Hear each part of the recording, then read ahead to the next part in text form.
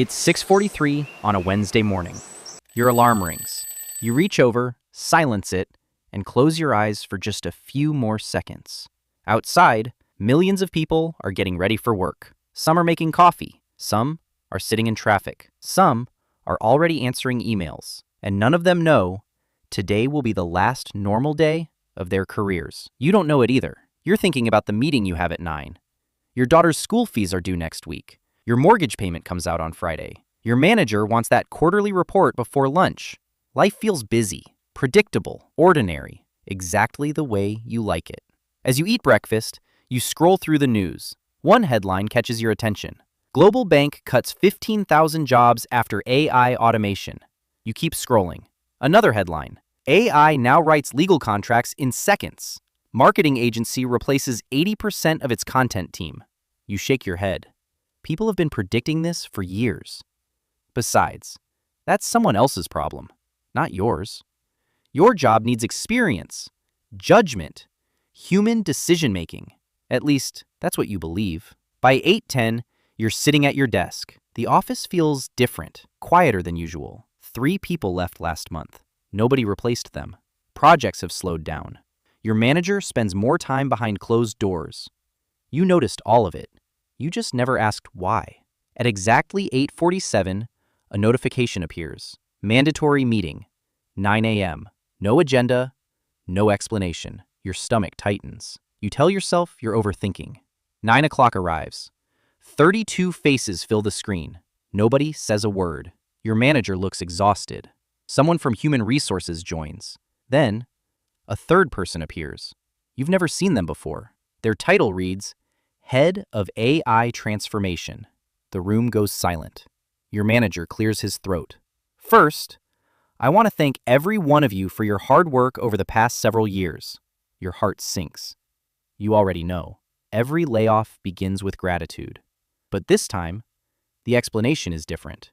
Over the last 6 months, we've been testing AI across several departments. The results exceeded every expectation. Tasks that previously required 6 employees can now be completed by 1 employee using AI-assisted workflows. He pauses. As a result, today, we're eliminating 42 positions. Your name is one of them. Not because you failed, not because business is struggling. In fact, the company announced record profits this quarter.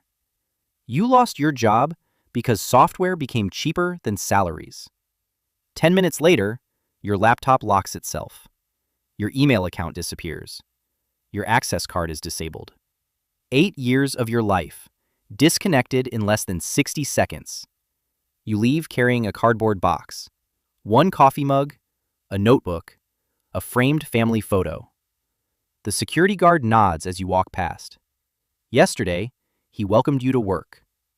Today, he watches you leave for the last time. The drive home feels longer than ever. Every red light feels personal.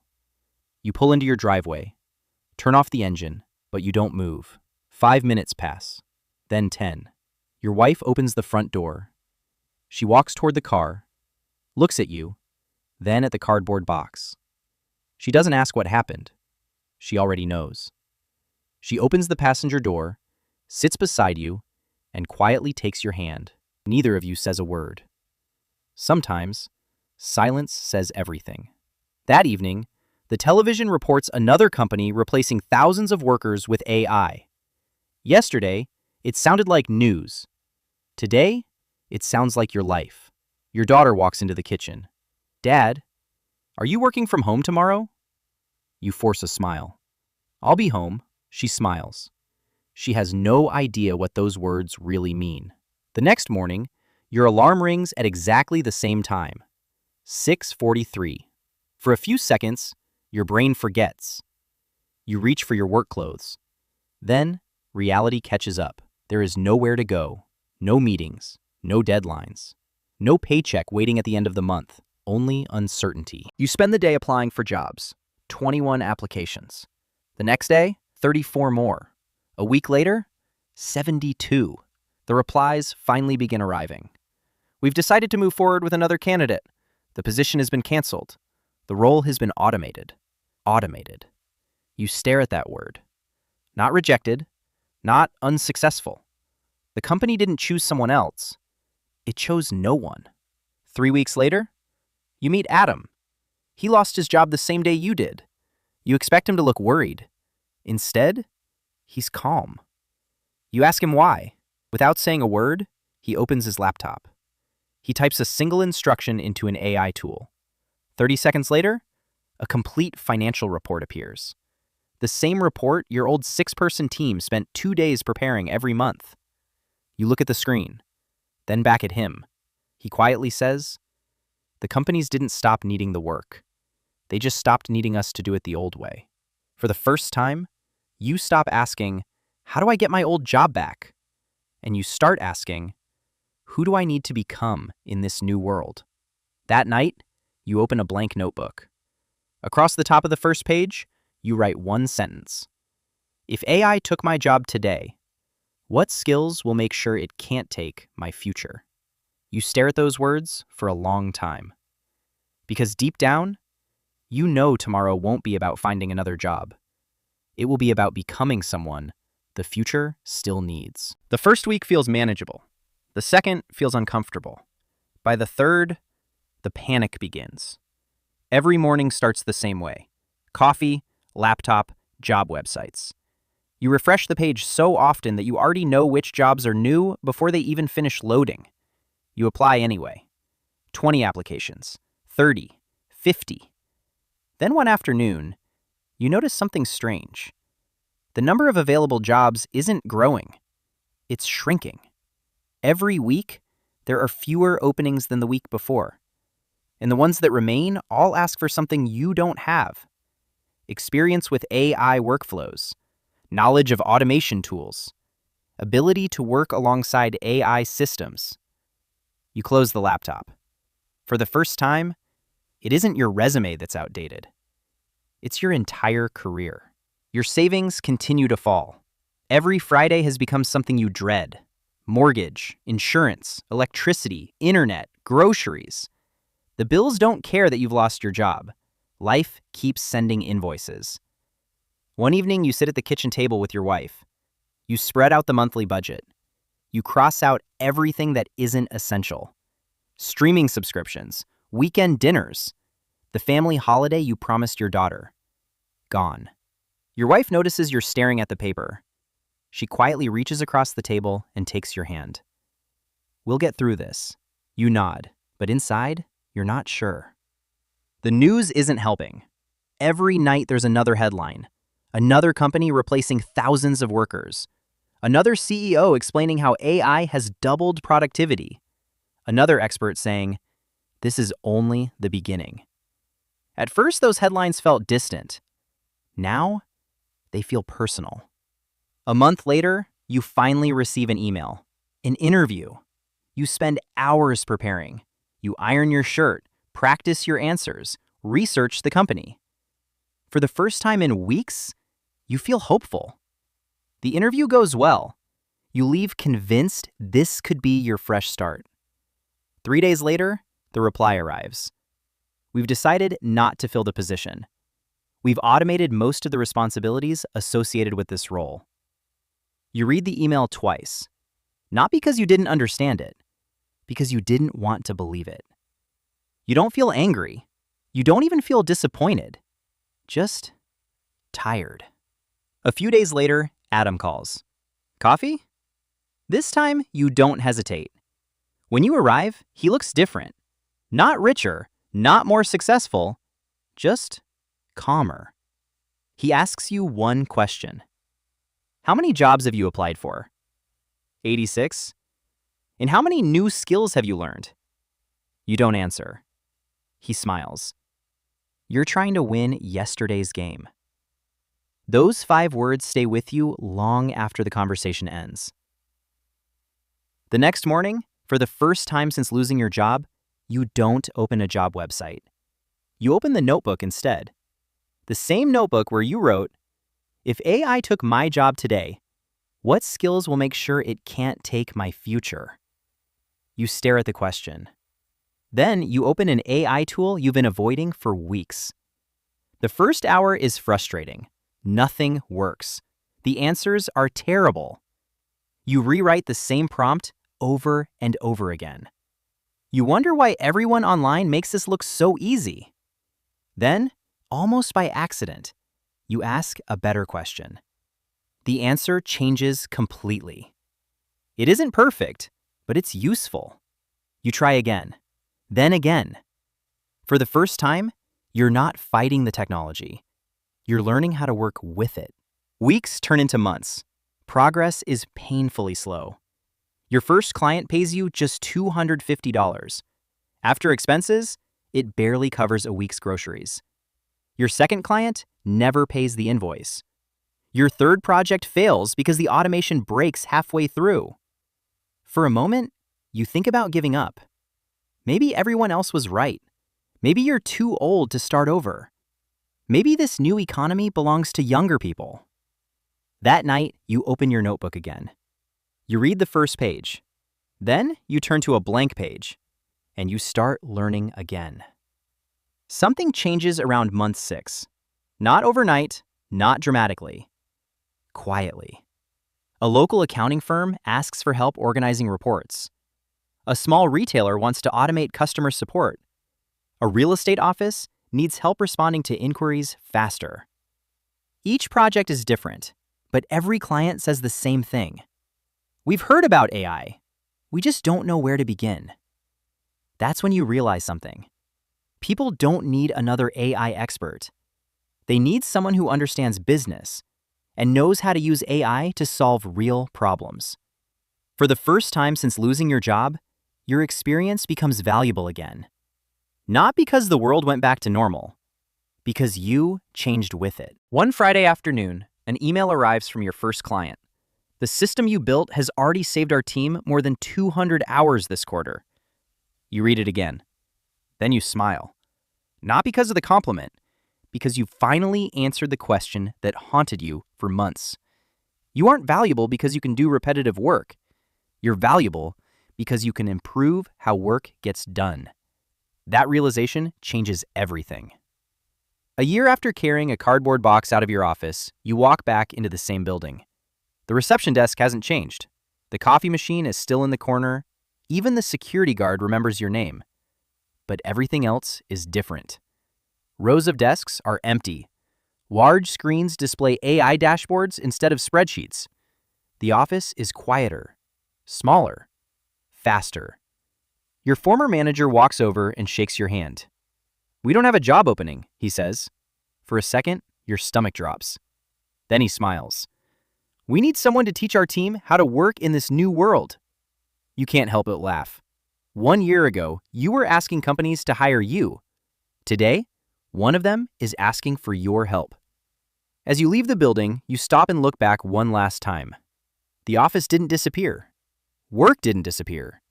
The future didn't disappear. Only the old way of doing things did. And somewhere along the journey, you didn't just find a new career. You became a different person. 5 years pass. The panic is gone. Not because AI disappeared, because everyone stopped talking about it. The same way nobody talks about electricity anymore, or the internet, or smartphones. The things that once changed the world eventually become part of it. AI did the same. It quietly became another tool. Students use it before they enter the workforce. Doctors use it to catch diseases earlier. Engineers design faster. Teachers personalize lessons.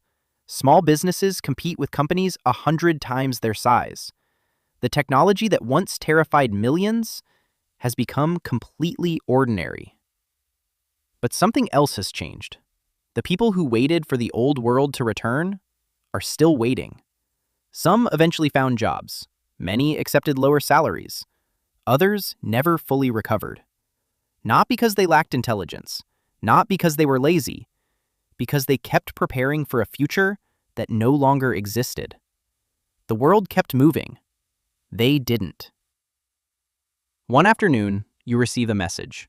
It's from Sarah. She worked in your department for almost a decade. You remember what she said after the layoffs. AI is just another trend. Everything will go back to normal. It never did. She asks if you'd like to meet for coffee. When you see her, she looks exhausted. She tells you she's changed jobs 4 times in 5 years. Each one paid a little less.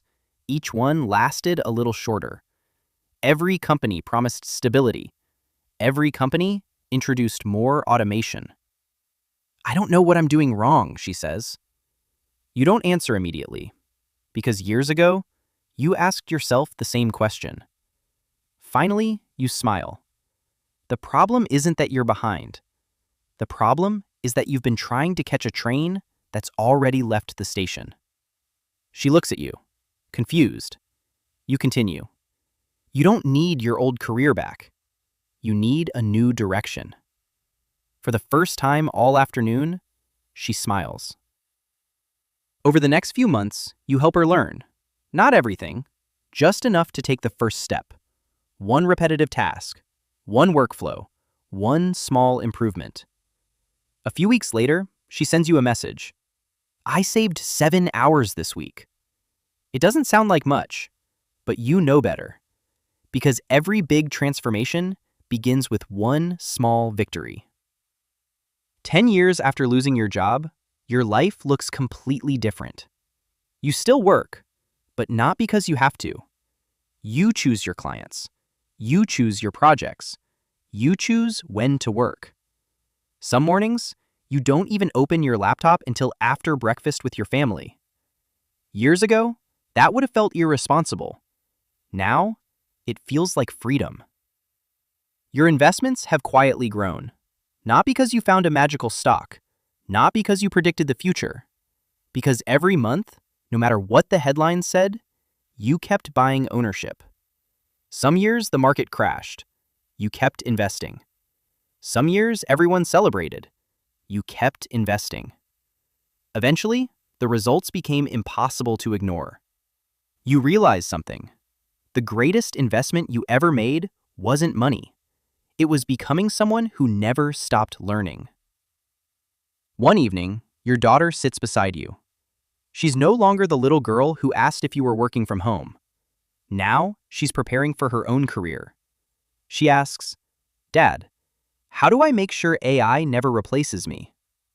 You smile, because 20 years ago, you would have answered differently. Now you say, don't build your future around one job. Build it around your ability to learn. The tools will change. The industries will change. The technology will change. But if you're willing to keep changing too, you'll always have opportunities. She writes those words in her notebook. Without realizing it, she's continuing the same journey you started years ago. A few days later, you open an old drawer. Inside is the notebook you bought after losing your job. The first page reads, If AI took my job today, what skills will make sure it can't take my future? You smile.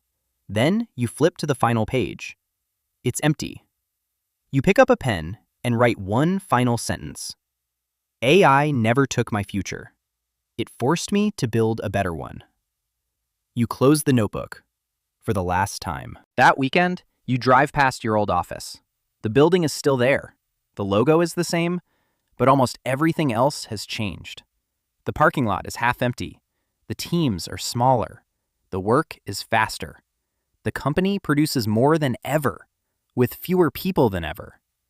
You don't feel angry. You don't feel bitter. You feel grateful. Because if you hadn't lost that job, you probably would have stayed there forever. Comfortable, predictable, never realizing what you were capable of becoming. People often ask what the biggest lesson was. They expect you to say, learn AI, or start investing, or build multiple income streams. Those things mattered, but they weren't the biggest lesson. The biggest lesson was this. Never let your identity depend on something the world can change overnight. A job can disappear. An industry can disappear. Even an entire profession can disappear. But your ability to learn, to adapt, to solve problems, that's something you carry with you wherever the future goes. Somewhere, right now, someone is opening an email. It starts with the same words yours did years ago. Thank you for everything you've done.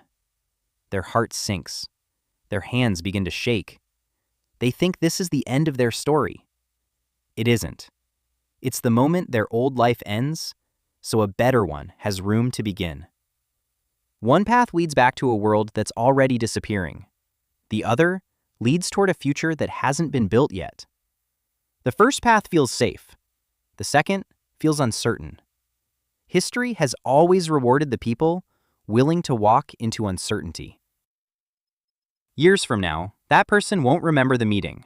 They won't remember the cardboard box. They won't remember the job title printed on their business card. They'll remember one decision. The decision to stop asking, how do I get my old life back? And start asking, who do I need to become next? Because AI never truly decided your future. Your response to change did. Sometimes, the worst day of your career becomes the first day of the life you were always meant to build. The future doesn't belong to the people who fear change. It belongs to the people who grow with it. And your future begins the moment you decide to do the same.